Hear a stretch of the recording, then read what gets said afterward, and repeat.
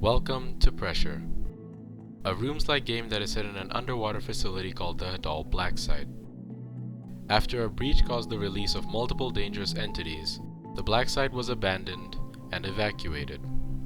However, a crystal was left behind which Urban Shade, the company running the Black Site, really wants to retrieve. This is where the player comes in.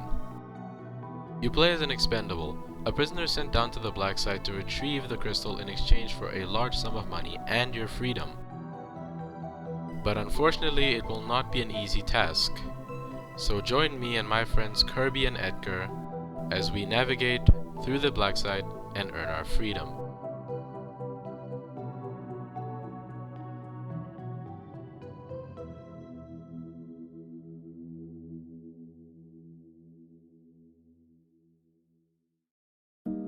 Upon entering the Hadal Black Site for the second time, we discovered our first entity, Puddles of Void Mass. Void Mass is typically found inside of lockers and will trap players and slowly drain their health if other players are present, but will insta-kill players who are alone. Keep this in mind. A bit later we encounter our second entity, the Angler.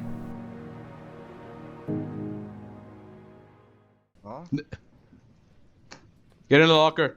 Get in the locker. The Angler is your typical A60/Rush copy for any game of this sort, except instead of having a hitbox the size of your mother, it actually has to catch you in its line of sight to kill you.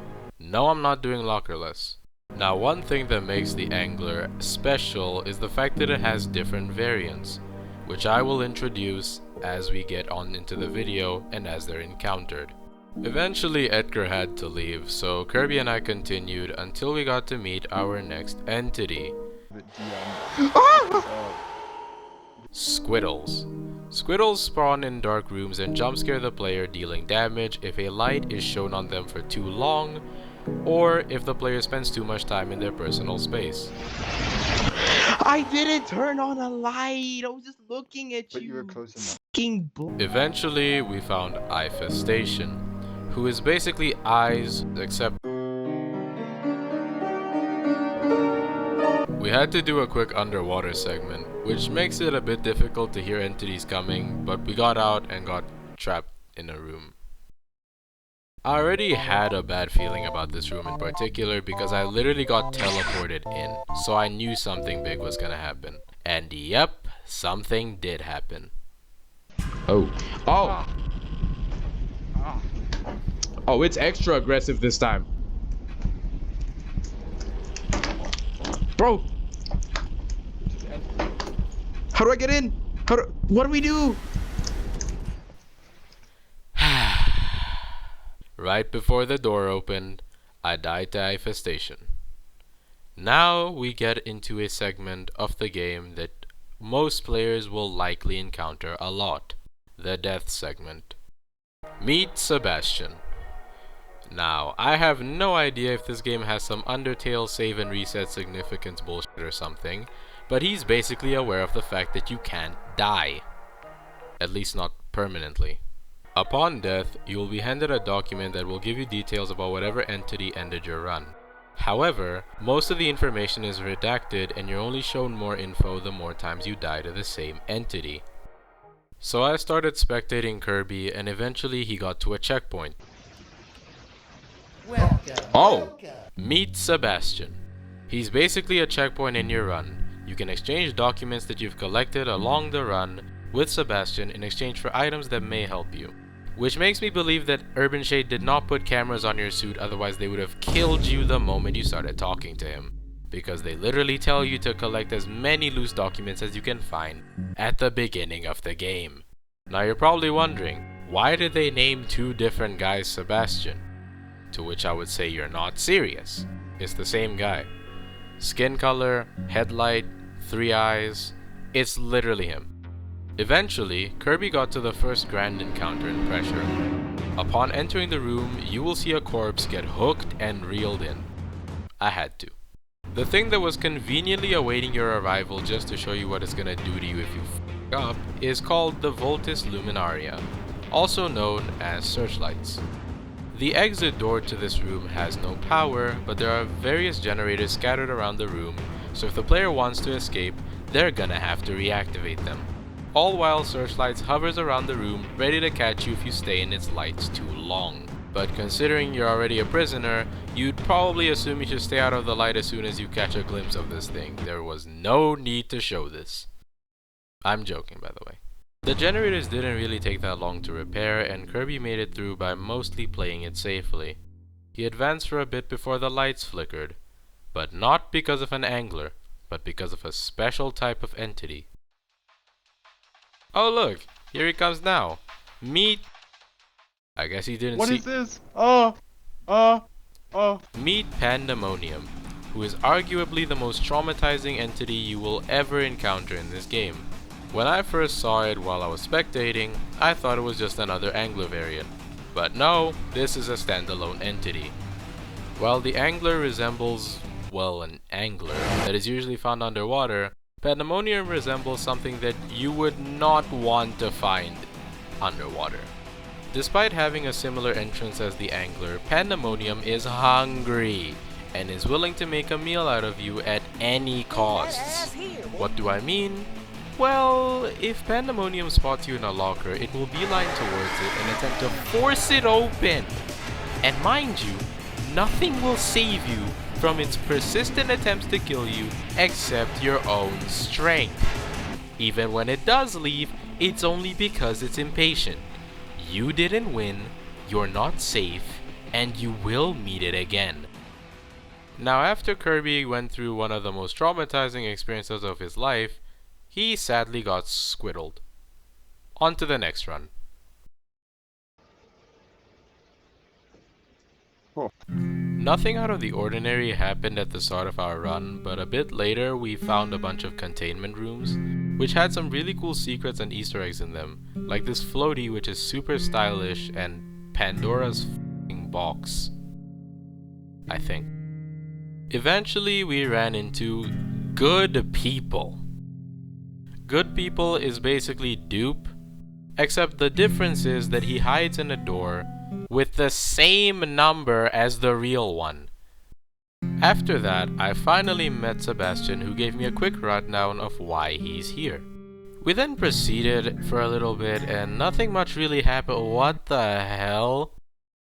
Okay, if you're like me and you're wondering what the hell just happened, well, a few minutes ago, Kirby for some reason used the flash beacon on Infestation, which basically makes it angry, makes the pull stronger, makes it kill you faster, and makes it show up at every possible room where it can. The good thing about this though is that it's client-sided, meaning whoever does it has to deal with it.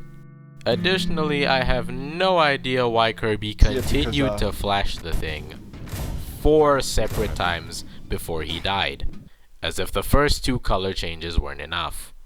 Anyways, I was alone now, so I advanced and got to meet the fastest angler variant, Blitz, who is mainly just there to catch you off guard right after he flashes the lights. Oh my days, that was a different one. Eventually though, I got to meet Searchlights for the first time, which was easy but still incredibly scary because I was alone. After that encounter, I finally understood why Kirby did not want to do another run. Oh my goodness. Dude, and that's Bro, not even the worst how part much yet. my cheeks were clenched? Clenched. Bro, Bro, you would think like, I'm in prison. Anyways, I eventually got to a checkpoint where I was instructed that the crystal was in the next room. I was at the end, I finally got the crystal, and I can finally see my family! Oh, I'm not in the clear yet. You see, I can't walk all the way back because not only would that be boring gameplay wise, but Urban Shade also needs me to power the external repellent generators so that they can send over a submarine to pick me up. Now to get to the location of the generators, I have to go through the hardest, darkest, most hazard-infested part of the game, the ridge. The ridge is the part of the game where they throw everything at you. Not only is that true, but that's also the title of the song that plays in this area, which I find really funny. This was the final stretch. I just had to keep my ears open and my eyes focused. Off to a great start, I see. As I was saying, I just have to keep my ears open and my eyes focused. No! Oh. No! Surviving all of that just to falter at the end. We then did another run where I ended up dying really early and Kirby got the pleasure of meeting a new angler variant, Chain Smoker. Chain Smoker is the slowest out of all of the anglers, but induces claustrophobia using its toxic green gas as it passes by, which basically forces you to exit lockers faster. So hiding too early from this thing is basically a run ender, and unfortunately for Kirby, it was his. Okay. The next day I decided to start up a solo run because no one was online. In this run I was able to find out which entity was my biggest problem, and that was Good People, who for some reason was the only entity to damage me in the entire run. Okay, editor's end here. Before I show this clip, I want to point out that I literally said that it's easier to hear entities like Void Mass when you're alone, and it seemed like another entity wanted to test if I was bluffing or not. The thing is, you can actually hear it when there's no one talking in the background.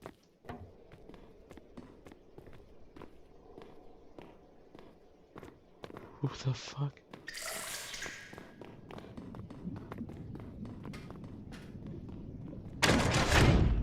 Oh, that scared the living hell out of me.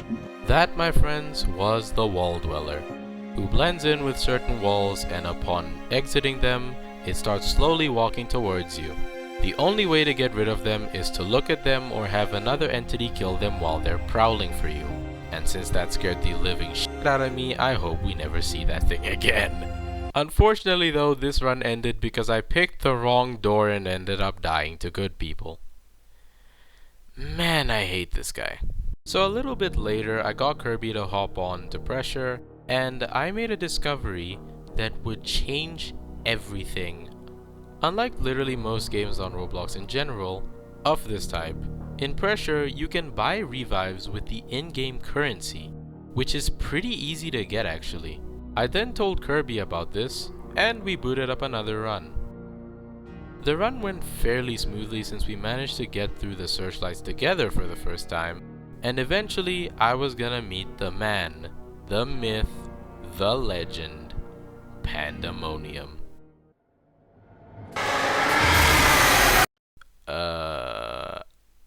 I mean, technically I met him.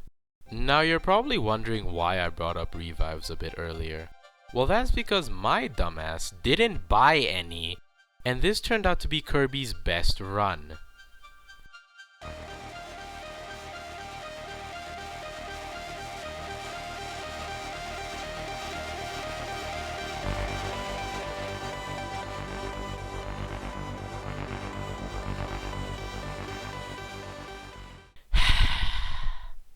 Yep, you saw that. Kirby just beat Pressure.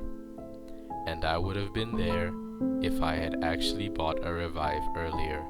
Now this really stung, because Kirby and I were meant to start this together and end this together. We were supposed to sit together in the exit submarine. But he left me behind! Now because Kirby had beaten it, and because of how stressful it was for him, if I wanted to beat Pressure, I had to do it alone.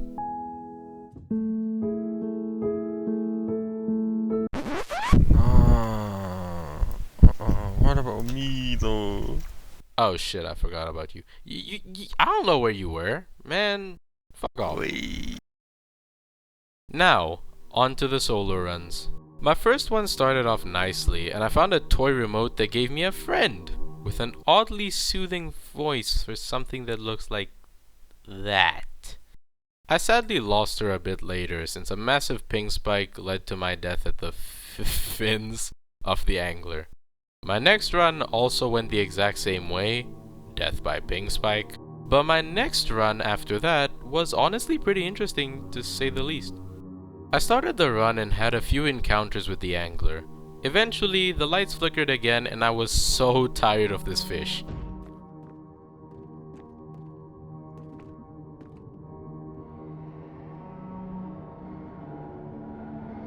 Please no. Please no.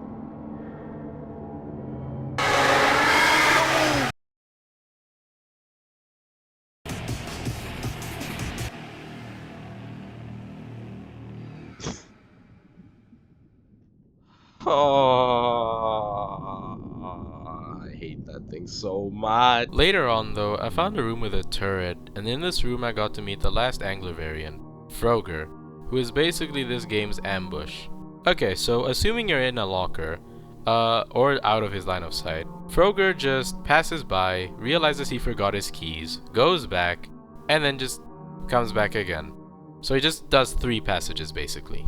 Now, although this was a pretty bad matchup, luckily the locker that I hid in was blocked from the turret's line of fire, so I could prioritize not getting eaten over not getting Swiss cheesed. Once Frogger left though, I deactivated the turret and carried on until I found another room with 3 fucking turrets, which was surprisingly easy to go past, but I didn't even risk deactivating them because I am not that fucking stupid.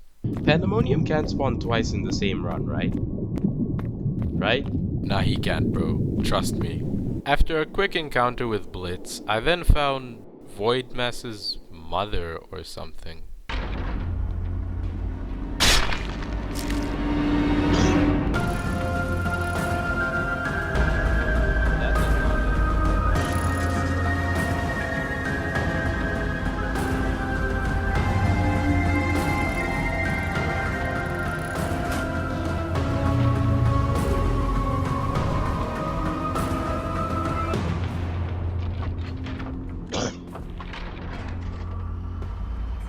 I easily got past searchlights, and eventually I got hit with the worst possible thing to get this far into a run. Something is on its way.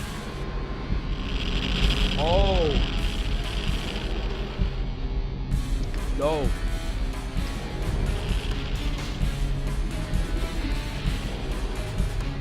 Damn it!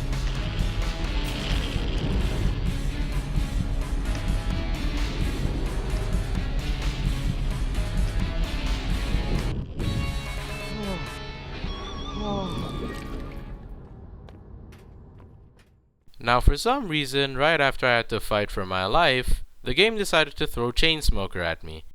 And...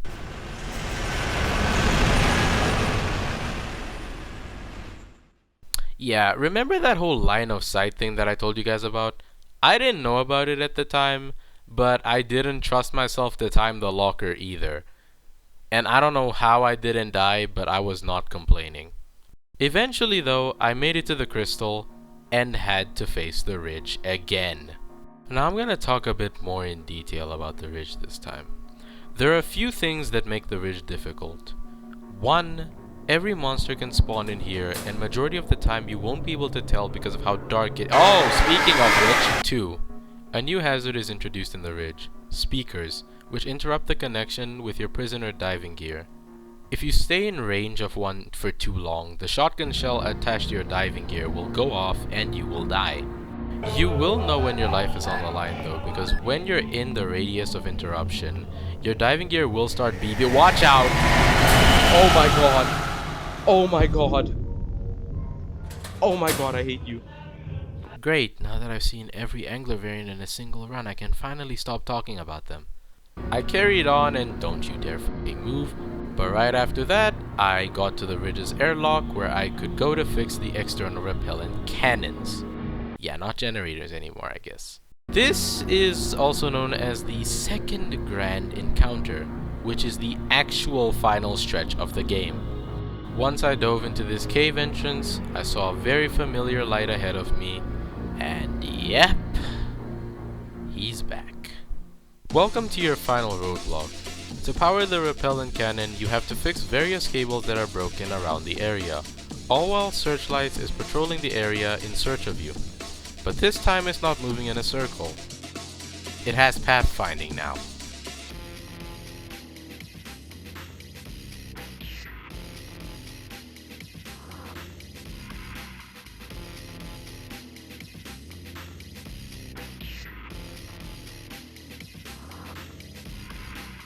After fixing 3 of the cables, the mood of the music changes. You're curious as to what the hell is going on. You're not willing to risk your run to satisfy your curiosity.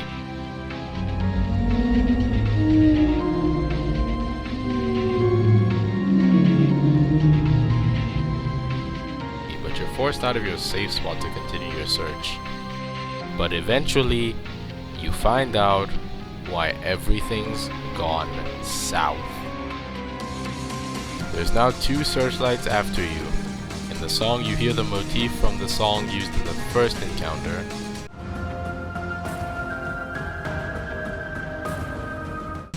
And its purpose is to remind you that nothing's changed. It's still the same entity you've gotten past, and you have to move on.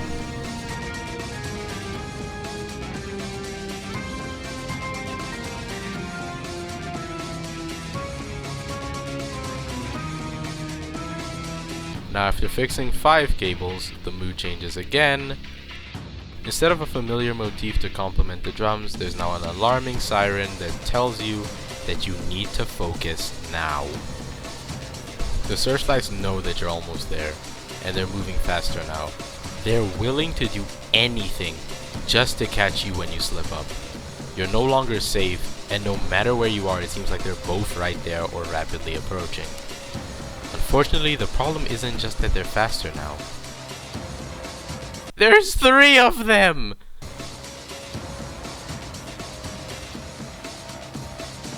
Great job. You fixed all of the cables. Now you just have to make your way to the cannon. Now that you've flipped the lever, all you have to do is get back the way you came. You're finally free. You finally did it. You finally get to see your family. Oh, another shift in music, and by far the most memorable one in my opinion. One of the searchlights is eager to stop you and intercepts your path to try and take one last opportunity to kill you.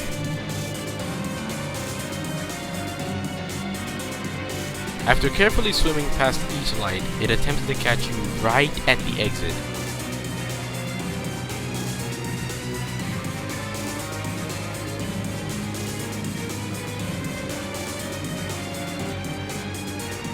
But luckily for you, it gets stomped on by the 1000th, Lucy. After pinching myself to make sure I actually did it, I'm not even joking by the way, I went into this big room where a submarine took me out of the black site, and pressure was finally done. No way. Oh my god. Now, before I give my final thoughts on pressure, I want to do something that you will see often on these types of videos that I make. This part of the video is where I tell you my favorite song from the OST and why. Pressure's OST has a lot of different songs that are played throughout the game in different areas and situations, and I'm going to tell you my favorite in each, then my favorite overall. My favorite song in the lobby is Third Theme.